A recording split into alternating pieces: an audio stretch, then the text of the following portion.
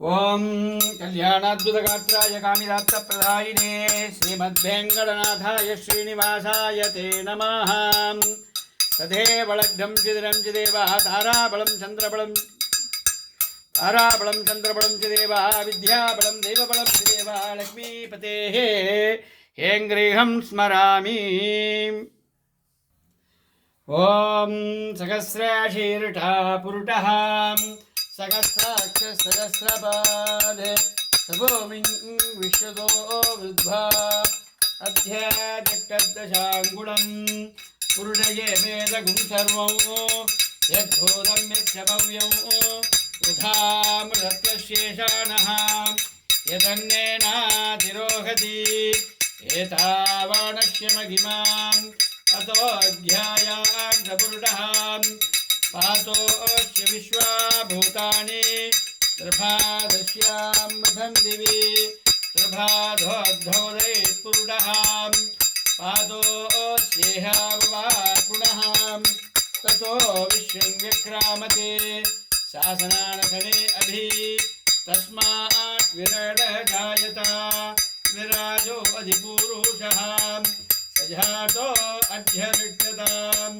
पश्चाद्भूमिमतो पुरः।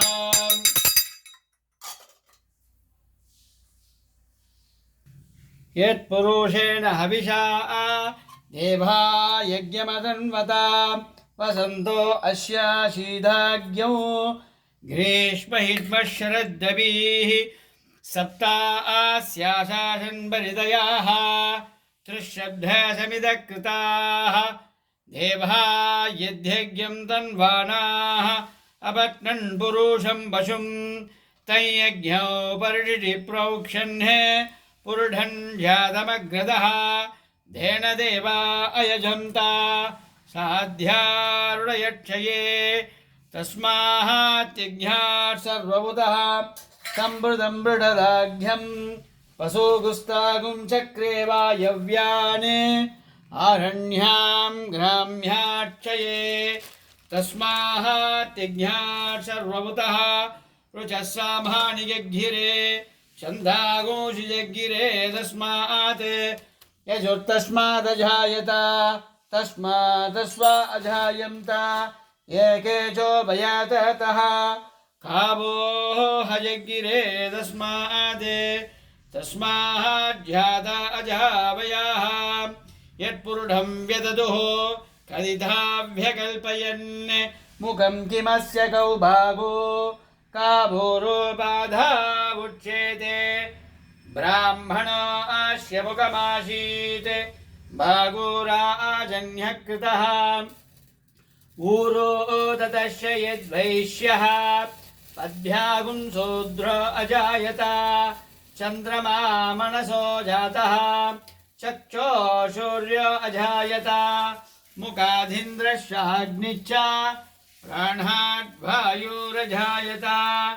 नाभ्या आसीदन्तरिक्षं विष्णोत्यौस्तभावद्धताम् अध्यां भोनिर्दिसहस्रोत्रात् तथा लोकागुम् अकल्पयन् मेधागमेधो पुरुषं महान्तम् आदित्यवर्णं तमदस्तु पारे सर्वाणि रूपाणि विचित्य धीरः नामानि कृत्वा विवदनेतास्ते दाता पुरस्तात्यमूदा जहार चक्रप्रविद्वान् प्रतिशस्त्रशस्त्रः तमेवं विद्वान् अमृत हिग भवति